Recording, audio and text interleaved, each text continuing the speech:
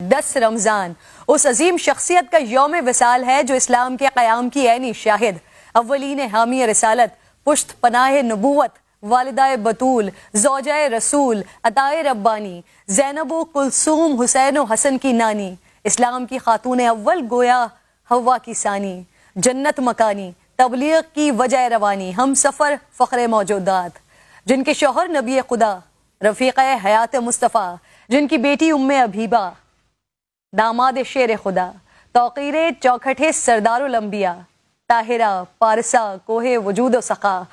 منبع پارسائی و تقوی، ناصرہ محسنہ خاتون حجاز، عقیلہ قریش، محسنہ اسلام، ملکۃ العرب، خدیجۃ الکبریٰ رضی اللہ تعالی عنہا، جن پر آسمان سے سلام اترا، بغیر کسی توقف کے ایمان لانے والی، راہ تبلیغ میں ساتھ بٹانے والی، محبوب خدا کی دل جوئی کرنے والی، مصطفیٰ کے زخموں کی شاہد، امت کے غم سے بوجھل قلب مصطفیٰ کی تسکین کا سبب بننے والی، آپ کے گھر کو مسکن ترویج دین بنانے والی،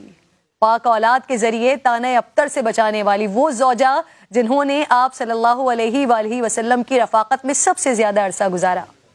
25 سال آپ کی خدمت اقدس میں وقف کی یہ سال گزارے، آپ کی موجودگی میں نبی کریم صلی اللہ علیہ وآلہ وسلم نے دوسری شادی نہیں کی، آپ نے اپنے چچا زاد بھائی ورقہ ابن نوفل سے سرکار دو عالم صلی اللہ علیہ وآلہ وسلم کے فضائل و کمالات سنے، علماء و یہود و نصارہ سے آپ کی نبوت و رسالت کے بارے میں خبریں آپ تک پہنچیں، اور پھر آپ کے قلب مبارک میں عشق مصطفیٰ صلی اللہ علیہ وآلہ وسلم کی جو تپش پیدا ہو چکی تھی، سفر تجارت میں اپنے غلام کے ذریعے حضور کے اخلاق حمیدہ اور معجزات کو سن کر ان میں مزید اضافہ ہوتا گیا، آپ فراق رسول میں آنسو بہاتی، بے قرار رہتی، عشق ایمان بن گیا، اور پھر اسی تڑپ نے آپ کو شریک حیات سردار الانبیاء بنا دیا، قریش کے ان اشراف زادوں سے شادی کی درخواست مسترد کی اور خود عقد کا پیغام بھجوا کر کائنات کی ہر عورت کو پیغام دیا کہ رشتہ ازدواج کے لیے وہ کتنی با اختیار ہیں اور اس کا انتخاب بھی کتنا بلند ہونا چاہیے۔ دور جاہلیت اور عرب کے داغدار سماج میں بھی جناب خدیجہ اپنی عفت اور پاکیزگی کی وجہ سے طاہرہ کے لقب سے پکاری جاتی تھی۔ ان کے والد قریش کے ایک کامیاب تاجر تھے، انہیں اپنے والد کی مہارتیں ایک ایسے وقت میں وراثت میں ملی جہاں معاشرہ مردانہ غلبے والا اور خطرناک تھا،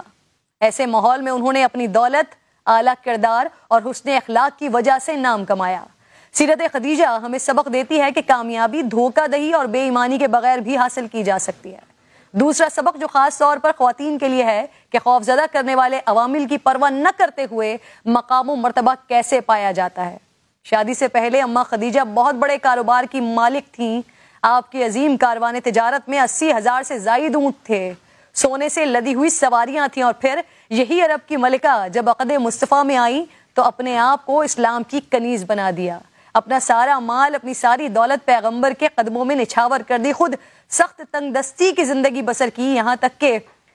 بائیکاٹ کی سختیاں آپ نے برداشت کی، کئی دن فاقوں میں گزرے، صرف درخت کے پتوں سے گزارا کیا کرتی تھی، جس کے نتیجے میں آپ کی صحت بھی خراب ہو گئی جو آپ کی وفات کا سبب بنی۔ اماں خدیجہ وہ کہ جن کے لیے حضور اکرم صلی اللہ تعالیٰ علیہ وآلہ وسلم نے فرمایا اللہ تعالیٰ نے مجھے اس سے بہتر بدل عطا نہیں فرمایا، وہ مجھ پر اس وقت ایمان لائیں جب لوگ میرا انکار کر رہے تھے۔ اماں خدیجہ رضی اللہ تعالیٰ عنہ نہ صرف دین اسلام کی خواتین کے لیے بلکہ دنیا کی خواتین کے لیے رول ماڈل ہیں۔ اللہ رب ذوالجلال ہمیں صحابہ کرام اور اہل بیت و اطہار کے نقش قدم پر چلنے کی توفیق عطا